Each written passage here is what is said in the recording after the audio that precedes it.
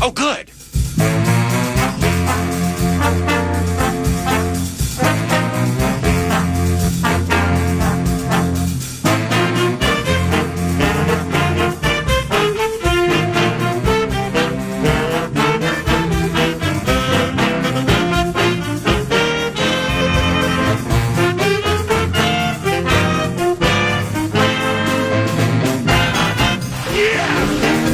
Careful with Johnny Pecker. I mean, pick your poison with that defense. Sailing Bud's ship to a championship. From a season worse than Ebola to winning in NOLA. And that's a fact.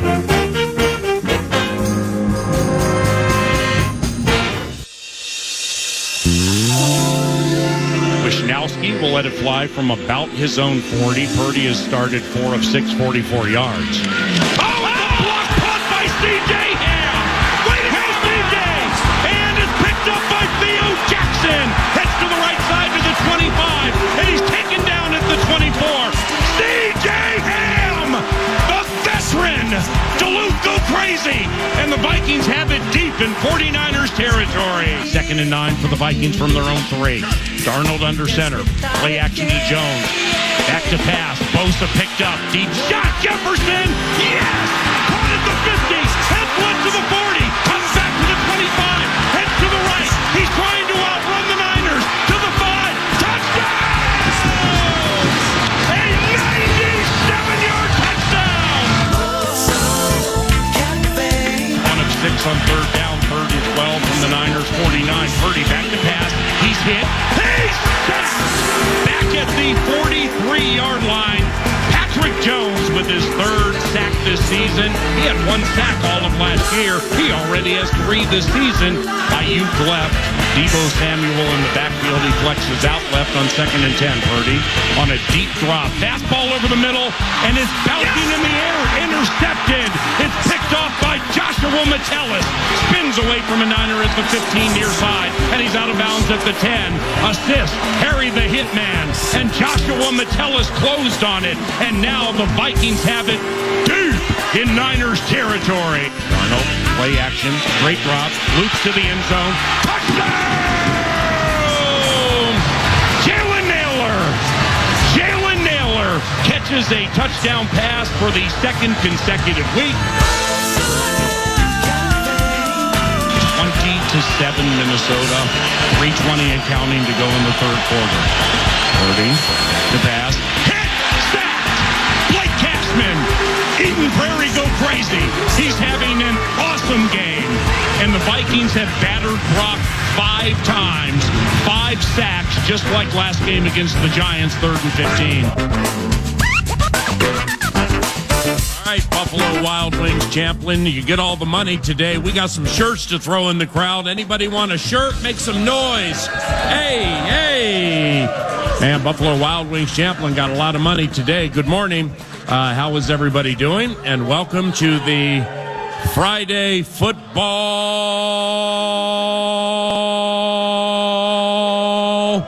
It's the feast, and everybody doing well today this Friday into a weekend. What a happy-looking crowd this is. It's the Friday Football Feast. He's Paul Charchi, and I'm Paul Allen. We got J-Dub here, Jared Wells, engineering in impeccable fashion. The street team is on air, on demand, and on fire, and Nordo produces from the 651 Carpets Plus studios at FM 100.3 KFAN. How's everybody doing today? How is everybody handling this 2-0 start by the Minnesota Vikings? Hey! You blow out the bad Giants. You almost blow out the NFC's Super Bowl representative from last year. The Vikings are out here closing on 99-yard touchdown drives, hitting on 97-yard touchdowns. How about that, by the way? He still is JJ. They're out here blocking punts. The kicker never misses. They lead the NFL in sacks, and Patrick Jones has 4 of them. Just how we drew this whole thing up. Honestly, does it matter who's next? The Texans are next to roll into the wrath, and they'll probably leave bloodied and weather beaten. So, How do we get this one for 3 in a row? 4 KO, 3 in a row, 4 B-Flow. Paul Charchian, GuillotineLeagues.com. Ladies and gentlemen, the 15-year co-host of the Friday Football Feast. How do we get this one, my brother?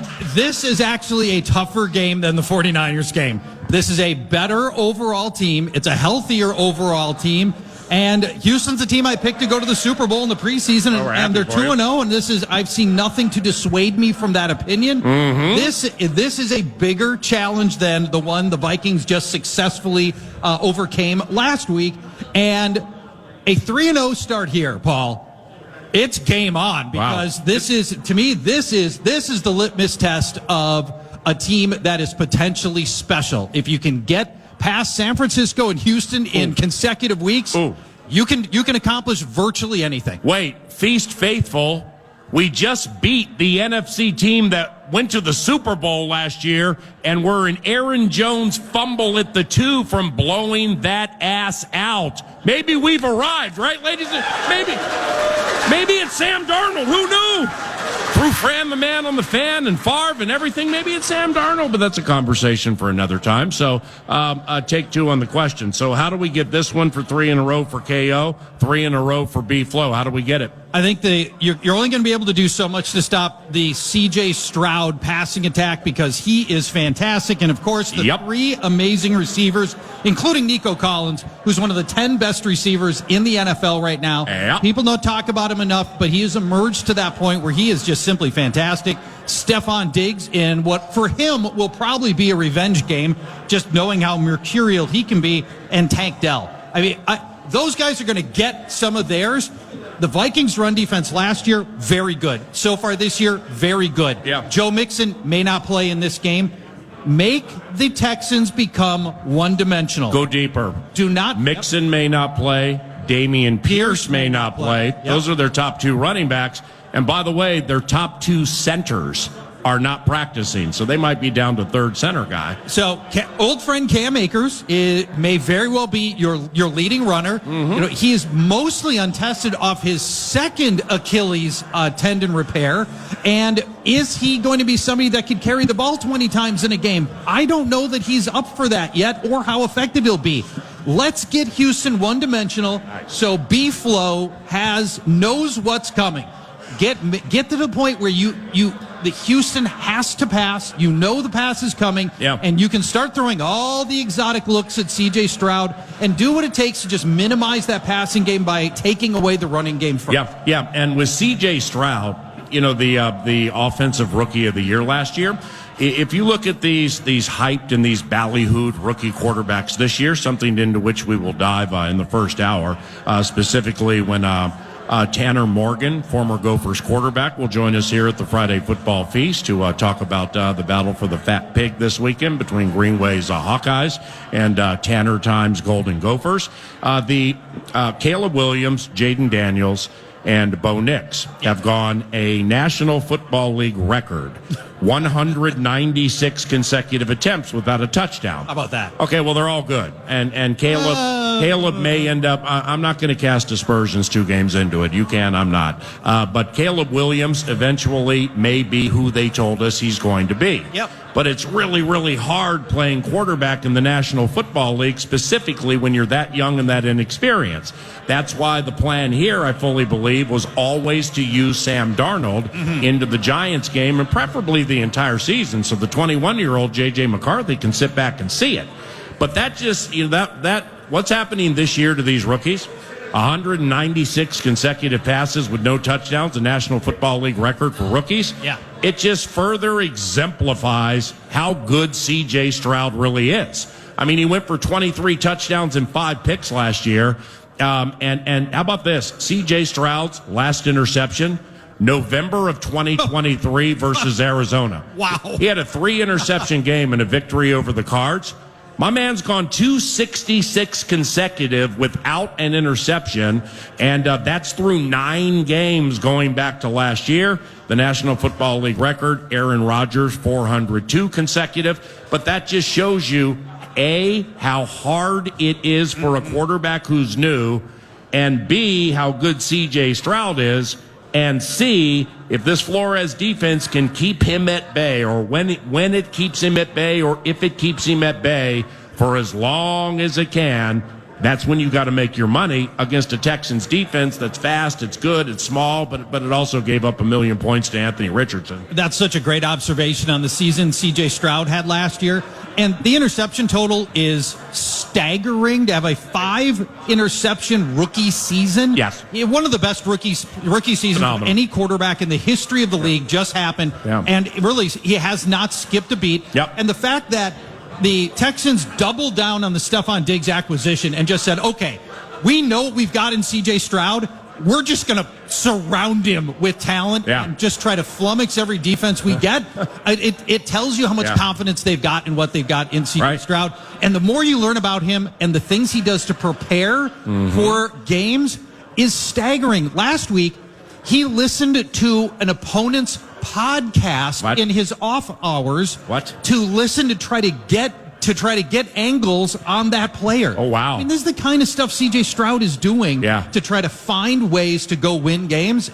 He is a character guy, 10 out of 10. C.J. Stroud is remarkable on and off the field, and a lot of this game will be, show me C.J. Stroud's box score. I'll show you who won this game. Now, Stephon Diggs was mentioned, former Minnesota Vikings receiver, and he provided us with the Minneapolis Miracle. Yeah. And if you believe when he left and he had something to do with himself leaving, if you believe that was because, all right, look here. This is a run-first offense led by a coach who wants to play defense, run the ball, and chew the clock. And I'm putting up some decent numbers, but the guy from Detroit Lakes is getting all the shine. Mm-hmm. And the Cincinnati tight end who went to Notre Dame, he's getting a lot of shine too. I want out of here. There's that side of it too, because they traded him, and one of the picks ended up being Justin Jefferson. So if you are at U.S. Bank Stadium this weekend, Sunday, noon kickoff on KFAN, Vikings and Texans, and you hear Alan Roach, the voice of U.S. Bank Stadium, the Vox of all Voxes ever to Vox, and Diggs has a catch, and I don't even know how he says it, but just bear with me here, and he says, catch by Stephon Diggs. If you're in the crowd and you know about the miracle, but you know it got a little wonky at the end, what's your reaction to Stephon Diggs when you hear his name or you see him? Is it a cheer or is it a boo? It's radio, make a lot of noise. Mixed bag. That's a mixed bag. He gave you the miracle. Yeah, okay. But are you cheering when he gets a first down on your team? Well, but you got to hear his name. I mean, he wears number 1 now, so therefore you'll see him all over the field, with his super special 35 yards per game on average. But nevertheless, you'll see him all over the field. You're going to hear the Vox Alan Roach say, Stephon Diggs. And then people are going to be like, ooh, or they're going to be like, hey. See, it's a conundrum. Look at your face. Your countenance. Your face fell. I'm not, at the end of the day, I'm not cheering for any opposing player who just put up a first down or a touchdown against my favorite team. We can respect what Stephon Diggs did. Okay. Maybe the greatest play in the history, because we don't have a Super Bowl. Yeah. Maybe the greatest play in the history of the organization. Nevertheless, I don't want him to do well against my team. The best. And especially because he manufactured his own exit. It's not like we ripped him out of the Vikings and he wanted to be a lifetime Viking. Yeah. He wanted out.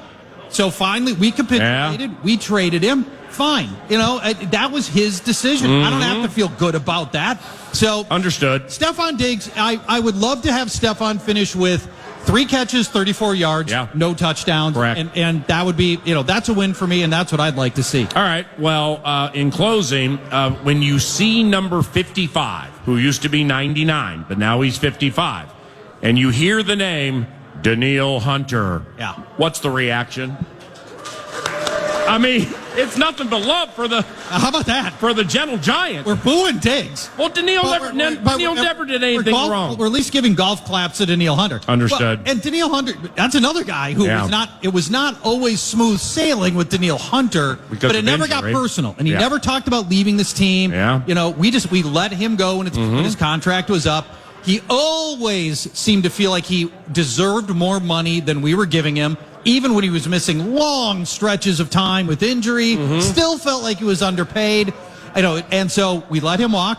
And all that we've done without him is lead the league in opposing quarterback pressures. Hey, we're fired up, as you can tell. Buffalo Wild Wings Champlin. Everybody seems to be in a great mood into the weekend. How fired up are you right now for this Vikings game, this battle for the pig and the Friday football feast? Paul Charch and Paul Allen. Thanks to TimberTech and TimberTech.com. Here's what's on deck 9 to noon. Weekly guest Chad Greenway, courtesy of Grey Duck Vodka and Grey Duck Spirits.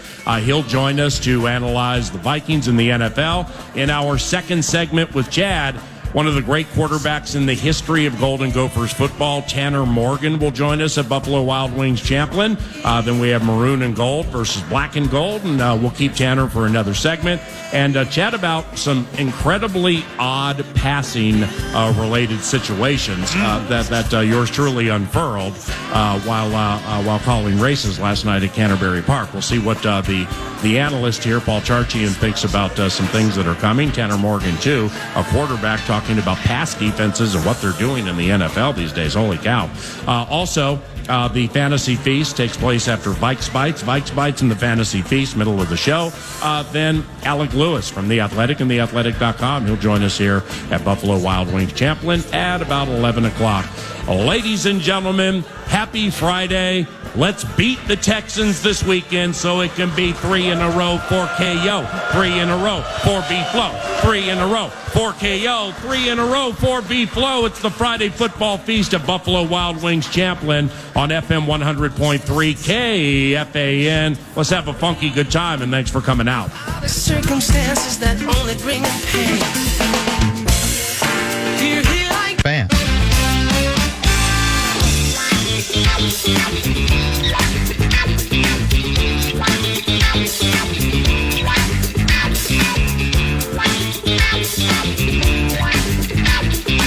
Ladies and gentlemen, Buffalo Wild Wings Champlin and everybody listening to FM 100.3 KFAN. One of the great defensive players in the history of Minnesota Vikings football has joined us. He's a weekly guest. Can we get a witness and a raucous round of applause, ladies and gentlemen, for Chad Greenway? And the pipes. And the pipes are free. Baby. Get them out, baby. Yeah. The gun show, Friday. copyright star. And the nipples. You don't think that's a little tight right there? Get in there. Get those The pecs going. A little chilly in here. A little chilly. The Minnesota Vikings are looking to start 3-0 for the first time since 2016. The Houston Texans are looking to start 3-0 for the first time since 2012. Now, speaking of 2012, Chad and his Minnesota Vikings went down Houston way late in the season to face a very good Gary Kubiak-led Houston Texans team. And you guys left with the money. How do I know that? Because the Vikings are 5-0 lifetime against the Houston Texans. You know, of all the games you played, is that one that sticks out, the game at Houston in 2012, late in the season? And good morning. And good morning. Yeah, it was one of those situations where you have 4 games left. Mm-hmm. You have to go 4-0 to get in. Oh, yeah. You had at Houston, you had Green Bay coming to home. Yep. I forget who else we had in there, but it was one of these stretches where it's like it's you have every opportunity in front of you. You go down to Houston, who had a really good football team, a great run game, that slant action running game, zone cut, Yeah. and made it really hard. A lot of backdoor action with the cuts. And you had to play your gap and be patient. We just played so good defensively. Gave our team a chance. But probably the most favorite game would be the Sage Rosen game. From what year was that? Oh, the Rosenfels. Yeah, but Like is that 08? when he's, Well, we did not helicopter him, Yeah, we but did that not. is a classic. That is a classic for I sure. want to say that was like 08. We had him About here. that. We just whooped him. So, yeah, 5-0. Let's go. Gary Kubiak, trivia time. So you're Gary Kubiak, head coach for 2 different teams, longtime head coach, won a Super Bowl as a head coach, longtime offensive coordinator, roughly 30 years in the NFL. got a handful of rings, too. He's got a ring, at least one for sure. Yeah, One is a player, and I think one is a coach. Yeah, he has 4. 4. Thank you. Good oh, my Lord. God.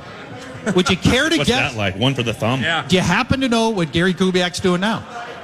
Offensive quality control for Houston. He became a grandfather this week because I asked him to come on the radio show. No way. And he couldn't do it this week. And I think he was a little, it wasn't necessarily, he lives in Houston.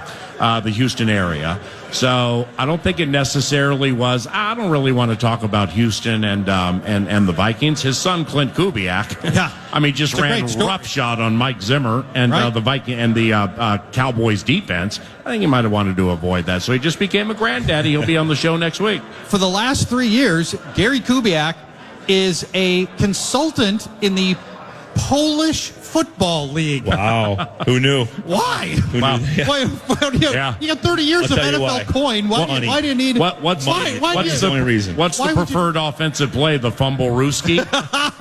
Bang! That was brilliant right there. You guys beat the Texans 23-6. I mean, you're out here showing off, man. Kyle Rudolph had a touchdown. Blair Walsh hit. Blair hit 4 in a row. Shane Graham. Toby Gerhart with a run. Wow. The best. Toby Gerhart. Holy cow. Wonder what he's doing. 2012 against the Texans, yeah. Clint Kubiak.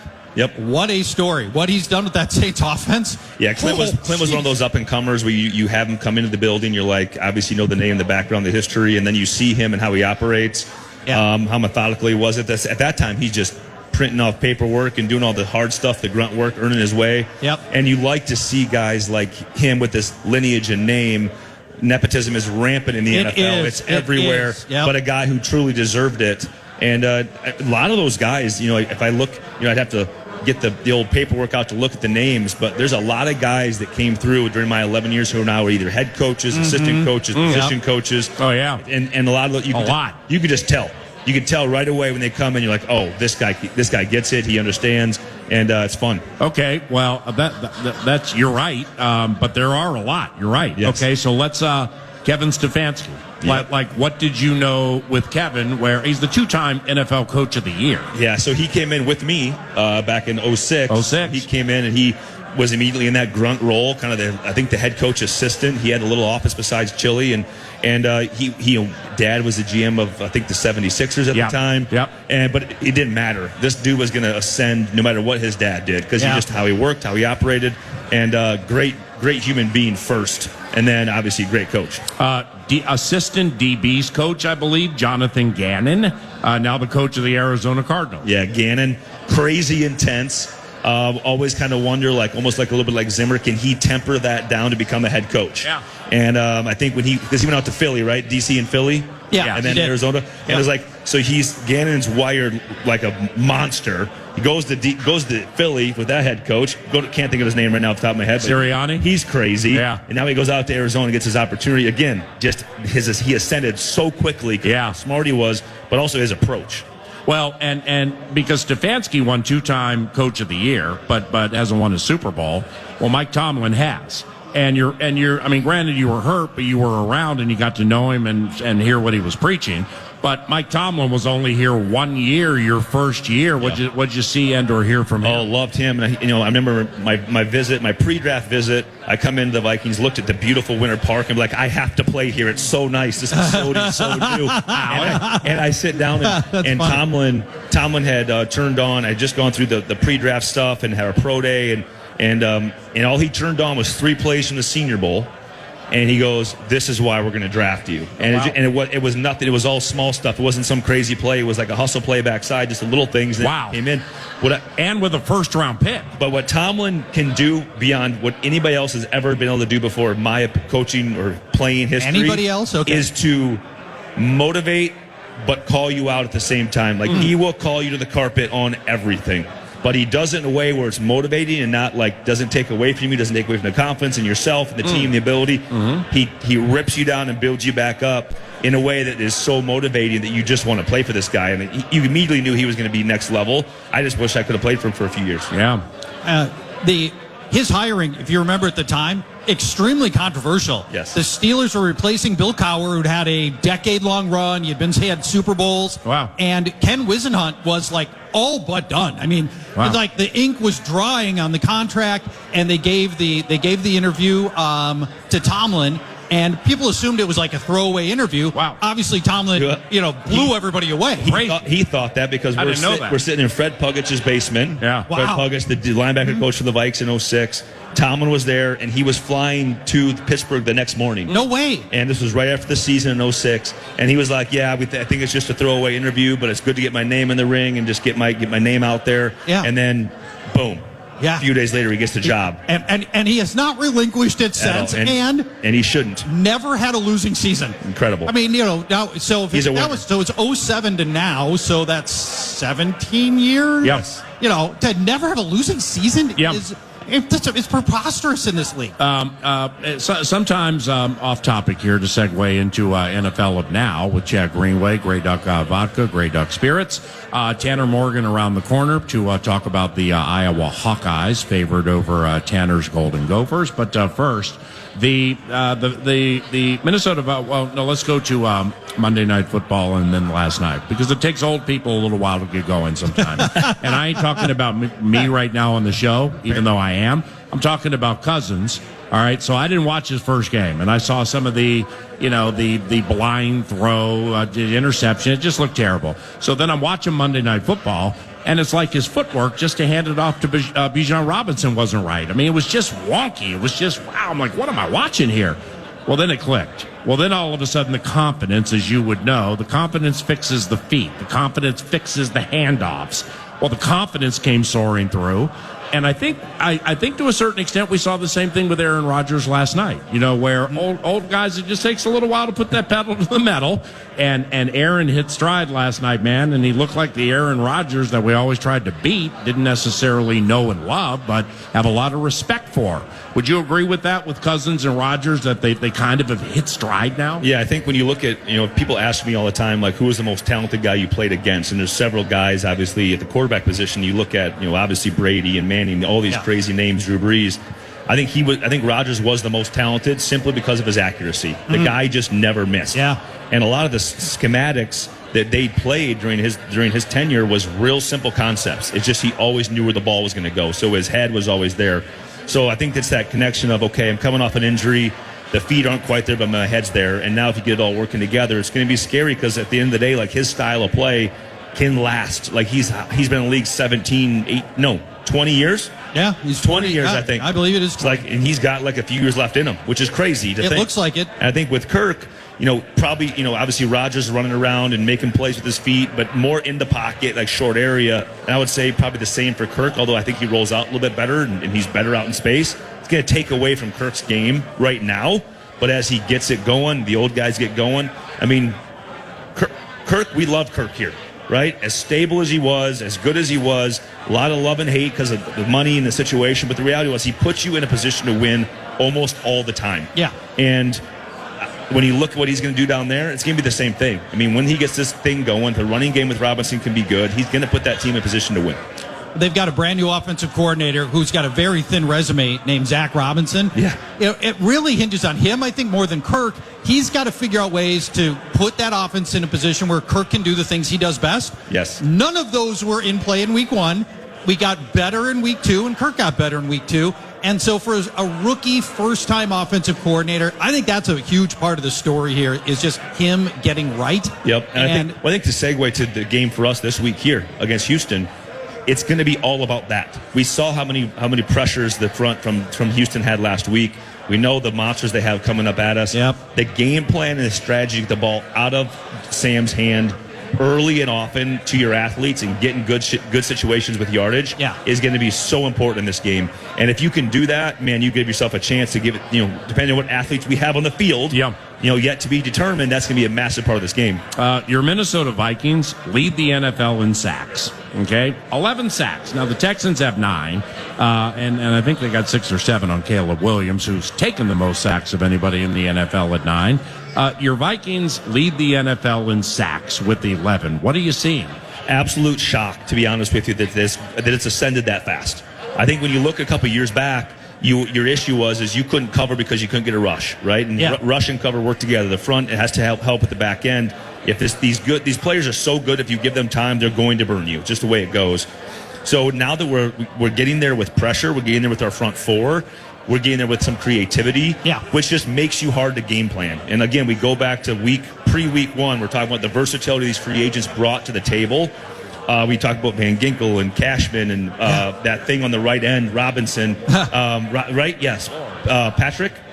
Is that him? You thinking of Pat Jones? Pat Jones. Sorry, could not get Robinson on my head. Pat Jones, absolute creature out there. I mean, holding up against the run and rushing the passer. So he's doing it in different creative ways, creating pressure, creating chaos around the quarterback. And that's a really good thing. Now, this week is going to be all about, can we make them one-dimensional and take away some of this running game and make the young kid beat you? Because I've heard of a sophomore slump. Yeah. And I like that starts this week. Ain't happening right now with this kid. Nope. I mean, This week, Paul, this week. Yeah, I understand. I mean, but he's so chill, and he's very, very good. It's that it factor you try to put a perspective on. It's like, what does he have? Yeah, CJ, he's beatable, but he's very, very good. All right, now, so how far, like if all the right components stay healthy, and by the way, they're operating without Jordan Addison and TJ Hawkinson, both who will return probably, relatively soon for at least one of them. How far can, if they keep the right components healthy, how far can they take this? And how does one beat the Minnesota Vikings? Well, I think what you have to do is making a team one-dimensional and understanding what they're going to do to beat you. So if we don't get our weapons back, your chances of winning in 101s, right, become a little bit harder because we don't have those guys you can go separate. Now, you say that, but at the same time, the guy that had a drive last week, not one of them were on the field.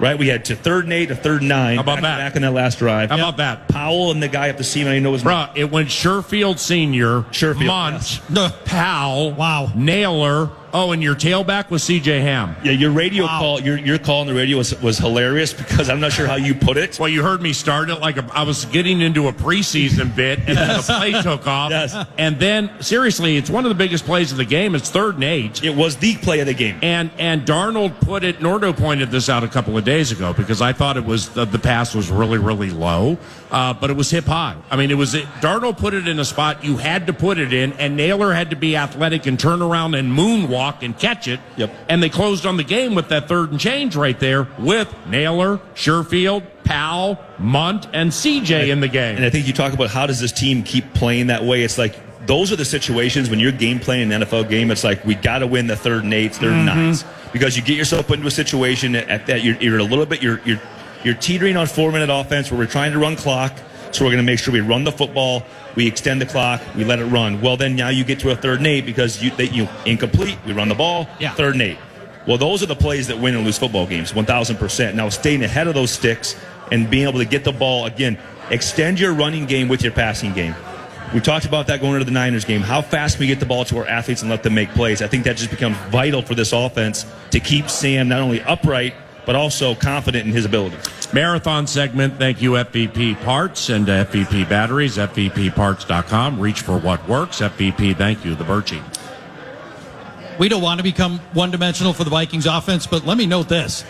We think a lot of Houston as a great pass defense, and they are, and they come at you with Will Anderson, the reigning Rookie of the Year on one end, and Daniil Hunter on the other end. Yeah. But let me just mention. And Derek Barnett and Jerry Hughes. This team ranks number 2 in rushing yards allowed and number 1 in rushing yards per average per carry at 2.2. Wow. They're giving up 2.2 yards per carry. You have a tidbit in your Tolstoy that I would imagine you got it from Next Gen or Pro Football Focus or whatever, but the point is that I heard it like Wednesday and Thursday just in passing talking to people. Yeah. Texans don't miss tackles.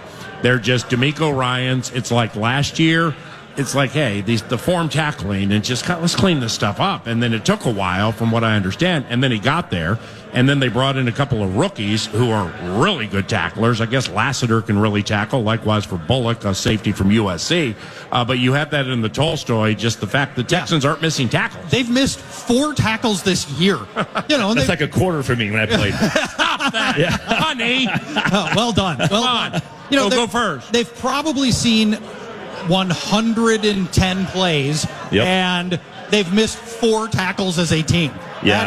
That is some discipline. And we all talk about the lost art of tackling, right? And how do you get to become a really good tackling team without going live and having live bullets and training? Right, you never get to practice it. Creative coaches. D'Amico went to the Senior Bowl with D'Amico, got drafted the same year as D'Amico. Oh, yeah. He is one of the greatest humans on planet Earth.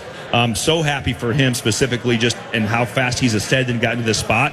but he's done it because he can motivate, and guys look at him same way they look at our guy over at Campbell in Detroit and be like, this guy's been there, done that at the highest level. What he's saying makes sense. And he's, I've never been to one of his practices, but my guess is to say, hey, we're going to work on tackling, but we're going to do it in a way we're not going to get ourselves beat up, because it's more about technique, it's body position, it's angles, and there's ways to work on it. It's still hard, but you're not beating this team up, and that stuff really matters. And also, how do you draft? Because guys come out as bad tacklers, good tacklers, come from bad schemes that don't know how to tackle, or guys that can, and that's something that matters. Because in this game, how many broken tackles lead to? We talked about that before the Niners game. Right. Bastiak in the league with Debo, with Kittle, these guys, if you can limit those things, which we did, you give yourself a chance to win. So, thank you, NFL schedulers. Yeah. Really happy for you. But just like last week, if you get through this week and you find a way to win at home against this football team, you have now beat two of the best four teams in the league. Yeah, you've beaten two teams that if people like Charch picked the Texans to go to the Super Bowl and play who? Detroit. Okay, well, if people pick Texans and Niners, that would be a chic pick. 1,000%. You know, and do you find the Vikings to be a physical team? And the reason I ask is because game after game, but it was really, really telling this game, is they're beating teams, but they're beating them up. Like Debo came out of the game nicked up. He ain't going to play this weekend. George Kittle came out of the game nicked up. He might not play. He might not play either. They got like three guys who got beaten up in the game who may be in question to the next game. And good morning. And good morning. Don't you think, though, when we talked about last week, is like we were worried about the physicality of the Niners. Yeah. That's what we talked about last week. And now all of a sudden you flip the script and be like, wait a second.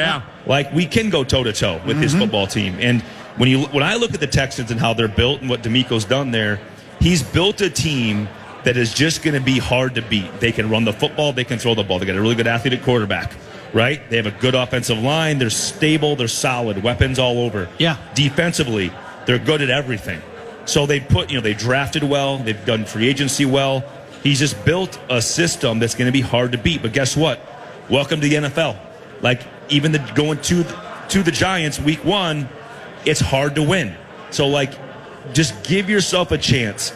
The best thing we did last week was stay in the lead and not let them control the clock. Yeah, huge. Same thing this week. Can we get a lead early, jump on them, surprise them, and then control the ball the way we did last week? It's going to be so massive, especially at home with our crowd. Talk to me. First segment, we talked a little bit about Stefon Diggs. For you, who is Stefon Diggs for you, and what's his place in Minnesota history? Yeah, what do you remember? Originally, Stefon comes in, and you see a kid that is just so uber talented at getting off the line of scrimmage, getting off of one-on-ones, creating separation. Kind of has a moxie and an energy to him that you like. It's sort of it infects the team in a positive way. And I think as he got through his career and Adam sort of took off, you get to the point where, like, okay, now we kind of have 2 1s. And that became a real rub and a real issue for Stefon. And I had a great relationship with him as I played. And the issue I had is how he forced his way out. Yeah. Because I just thought that the Vikings deserved better, and I thought that my impression of him was not that he would ever do that, just because of how he operates. Like, the same way, like, Percy had issues with leadership and coaching when he was here, but as a teammate, he's the best dude. Yeah. Would run through a brick wall for you, would show up with migraines and the issues and play. Like, Stefon was that guy in the locker room. People, we loved him, but then he goes and forces a way out. And I just feel like now that becomes your MO, and all of a sudden everybody's like, well, he's another diva. Well, the reality is Stefon wasn't that. And then he goes to Buffalo, and like he sort of played the same game plan. And now he's in Houston, and obviously they got another super talented receiver. And you look at the guys in the receiver that can play for a long time and do it really well. It's like, can you separate in one-on-ones and got to have it 3rd and 3s, 3rd and 5s, 3rd and 7s and win? He's always been great at that. And he always can do that. Yeah. And he can, his shake, his wiggle, his eyes. I mean, he's just so good off the line of scrimmage. Master technician. Yes. My brother, what's up with Grey Duck Vodka and Grey Duck Spirits today? Well, as much going up? We're about to have this battle with, Tanner's going to walk in. All the Gophers everywhere. Up, big boy? There he is back there. Look at him. The quarterbacks always look good. What up, big boy? It's like the genetic pool is just different for quarterbacks. Yeah, because you look really paunchy and awful. Yeah, well, I was a high school quarterback. See, it all kind of trickles back to the QB. Right. But you couldn't dunk. But as you all know, Grey Duck supports the NIL, the collective, Dinkytown athletes down Love for that. the Gophers. So, yes, I'm a Hawkeye, but you know what? We've fully supported Gopher Athletics for all of our products, and now we're in Huntington Bank, and we're going to be a part of that moving forward with sales going there too. So if you're going to the game, night game, we're probably going to have a little bit of fun tomorrow tailgating. Save it some for the stadium. Go get yourself a Grey Duck cocktail in there. Get yourself maybe a bloody. You're the something. best, brother. There you go. You know, Yeah. And if this Hawkeyes have a beatdown, either way you win. If the Gophers win, Grey Duck wins. If the Hawkeyes win, Grey Duck wins. I like this position. Ladies and gentlemen, one of the great quarterbacks in the history of Golden Gophers football, and a man who had the greatest season in the history of Golden Gopher quarterbacking 2019. Tanner Morgan joins us at Buffalo Wild Wings Champlin next on The Feast. It's KFAN.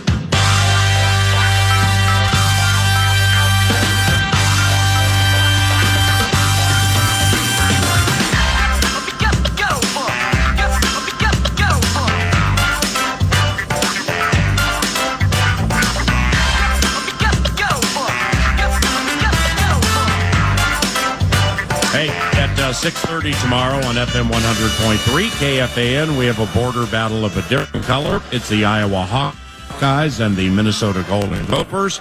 And joining us now, along with one of the great Hawkeye defenders in the history of said program, Chad Greenway, is one of the great quarterbacks in the history of Golden Gophers football, specifically that 2019 season, where my man went for a school record 3,253 yards and 30 touchdowns. He had a game against Purdue where I think he went 22 of 23 or 21 of 22. That also is a school record.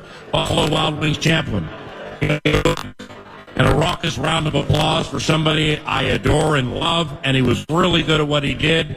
Ladies and gentlemen, Tanner Morgan has joined us at the Feast. You guys are way too kind. What up? TA, I appreciate you having me on, bro. Look at you here. Glad to be here. Let's go. We've talked about it, and you're here. Yeah, we're here. So how are you going to beat his squad? Because he can get loud if these Hawkeyes beat the Gophers. And we've done this. Charch and I have done the Feast for a decade and a half, probably, pert near 7, 8, 9 years with 52.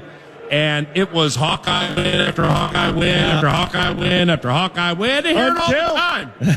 Until last year, right? Yeah, right. Yeah, but we got a first time since 2010 or 2011 if we go back to back. Yeah. Which will be big for us. And obviously, this rivalry is kind of what makes playing at Minnesota so special, playing in the Big Ten so special, is you get those massive rivalry games that matter for a long time.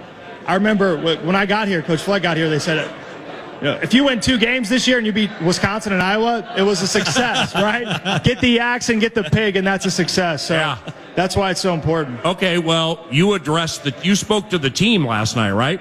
I did not, no. Oh, I thought you had a speaking engagement. No, that was at Maple Grove High School. Oh, Go the high Crimson. school team.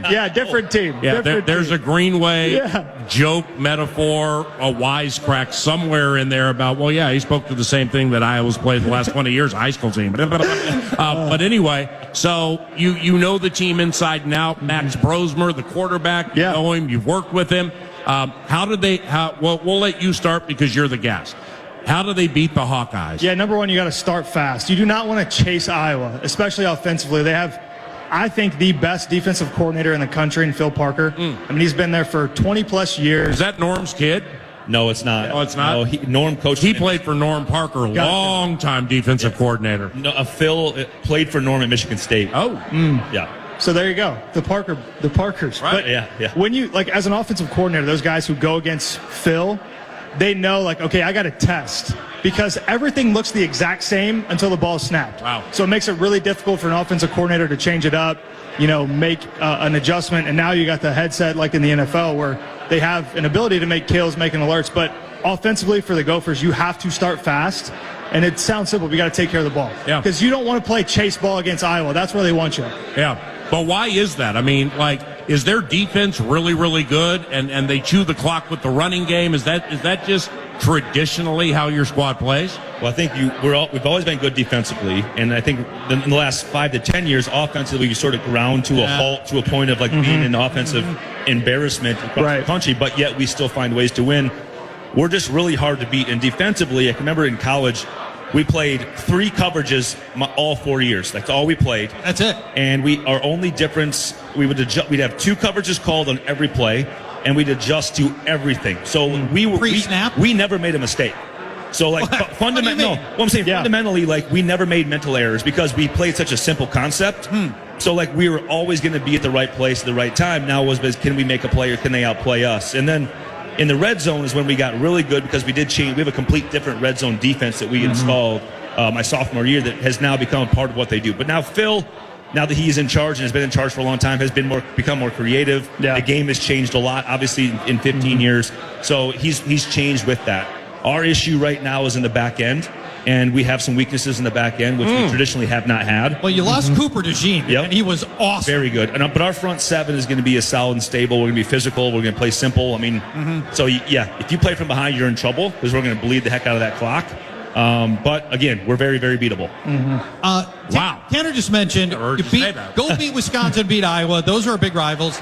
Does Iowa consider Minnesota one of its key rivals? Yes, absolutely. Say it's kind of the same. Iowa State, Minnesota, Wisconsin. Would be our big three that we look forward to every year. And then, of course, everybody hates Michigan. Everybody hates Ohio State. Right. We can all get along with that one. Not quite the same, though. And those are really, really good teams. They are very good teams. And, obviously, it's different to recruit to Ann Arbor than it is to recruit to Minneapolis or Iowa City. So they have built-in advantages just historically. But I can remember it was at the third or fourth time I beat the Gophers. I can't remember. Yeah, they all run together. Shut up. Because that was 4 in a row. Yeah. Took that pig home. I don't know what it's like to not have the pig. Shut up. It's just one of those things. My man went for 32-53 in 2019 and didn't beat Iowa. How did that happen? Listen, Now I'm starting to get mad. Hey, that was a million years ago. So that was a lot of fun. No, You're the best. one of the things you said that it's really the identity of Iowa's defense is very rarely, if you turn on the tape, you find somebody not doing their job. Yeah. And that's kind of what their program's built around is they're very sound. Nowadays with, colleges try to do all kinds of different things and you don't get good at a few things, right? And what that leads to is mental assignments, missed air. Like you got MAs all over the board and you can take advantage of that offensively as a quarterback. Iowa doesn't give you that. Right, you got to earn your points when you play Iowa. 1,000%. That was something that was preached to us daily.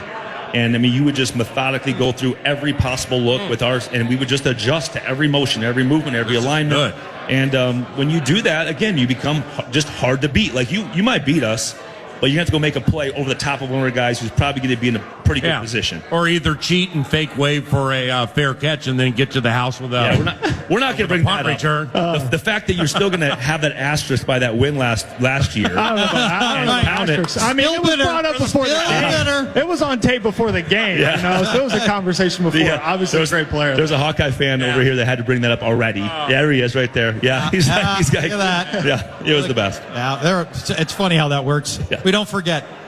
Tanner, we're talking about how good the Iowa defense is. How do you feel like this Gopher offense matches up? I really like it. I really do. And that's not a homer take. I think what you've seen the past 2 weeks from the Gopher offense is Max Brosmer is really comfortable in this system. He's running the show. After the North Carolina game, everybody was like, oh, he wasn't, this and that. He wasn't at his best. Yeah, but in the fourth quarter, once he settled down, he was lights on. Yeah. And he's been super efficient since then. He's completing passes at a high clip, which is what you have to do against Iowa. You got to stay on the field, right? Like, you got to win the ball control game against Iowa, beat them at their own game, play boring enough ball. Right. And if he's efficient on Saturday and continues to find some explosive plays in the pass game, those receivers are at their best, I really like our chances to go out there and get a dub. Also, let's not forget the fact that Darius Taylor, didn't play week 1 against North Carolina. He is a stud. Yeah, he's a stud. You can't tell me he's one of the top 10 running backs in the country, if not the top 5. Yep. And if he stays healthy all year, I think he's going to be in the conversation for one of the best backs in the country and also one of the best players in the country, especially in the Big Ten. So I really like where we're at offensively. You got a group up front who's very veteran. But you got to be aware of the different radar fronts you're going to see on third down, which is basically guys What's a radar front? Is you got guys standing up and moving around. Usually you got a 3, 4, 5 down front, and they're just moving around everywhere, trying to cause confusion. And that D-line shift right at the end. Yeah, that legal shift that everybody always complains about. Yeah. We've been doing that since 03. We did because if you do a legal 4-person shift or multiplayer shift, but if you do one, it's obviously a movement. It's drawing out people outside. We do all 4. We murder teams with that over the years. How do you coordinate the timing on that?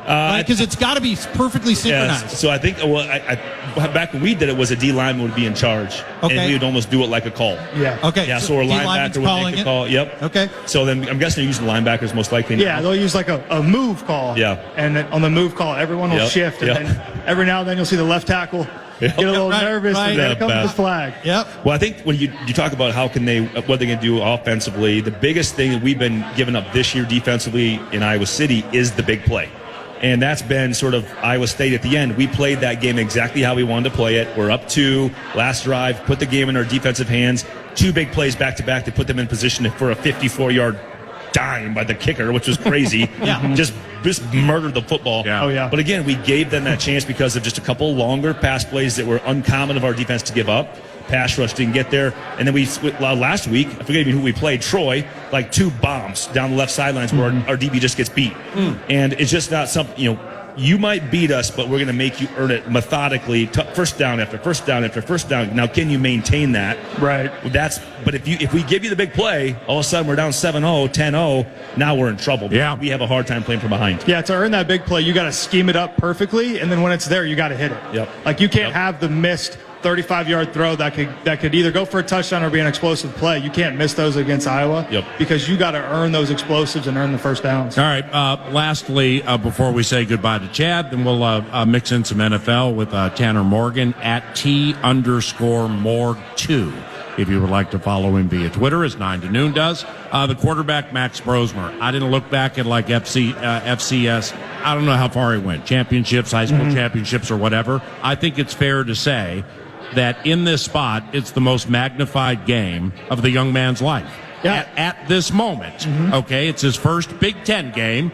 Like if you chatted with him before the game, outside of the stay composed, be yourself, connect the dots, do your job, follow the plan, like how would you get into his heart into a game like this? Because my man could be as talented and as chill as C.J. Stroud, but there still are going to be a little bit of nerves heading into this thing, right?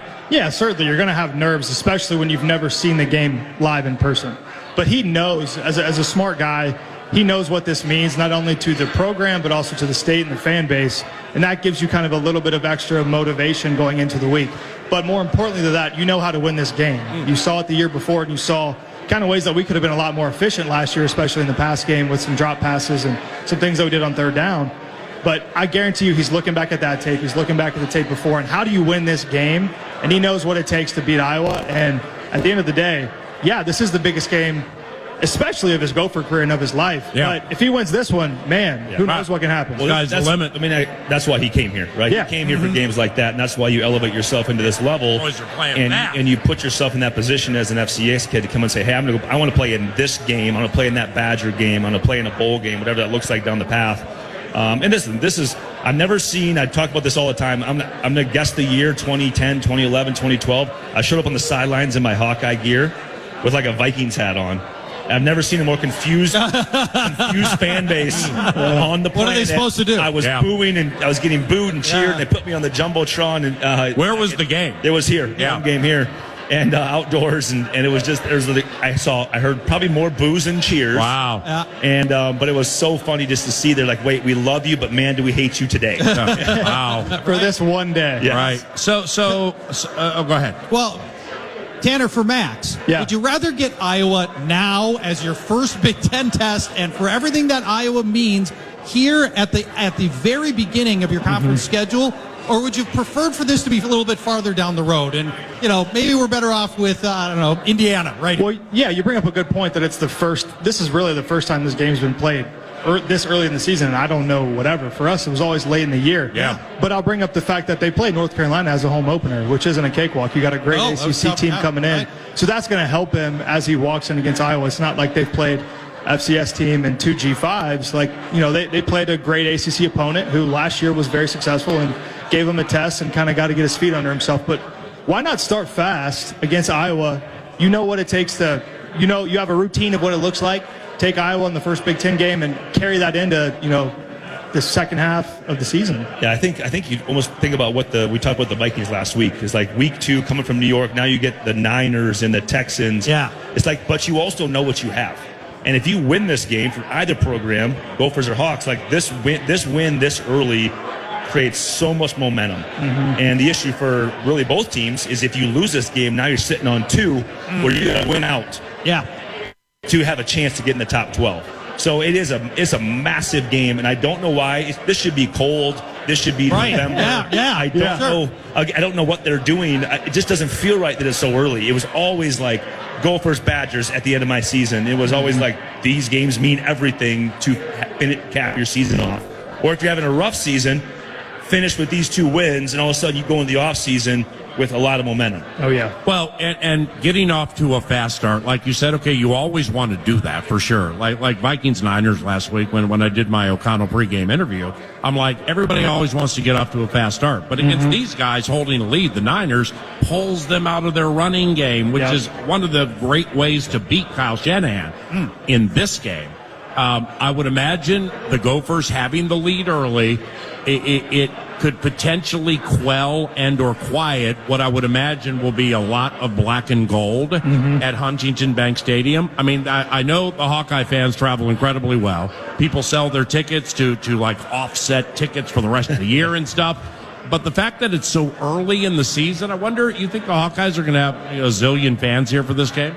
Yes. Yeah. Yeah, I mean, I looked at the Iowa State game. I looked at the fans or the stadium. I was like, I could not believe what do they call it? Cardinal and gold. Yeah. Ketchup and mustard. That was in our stadium.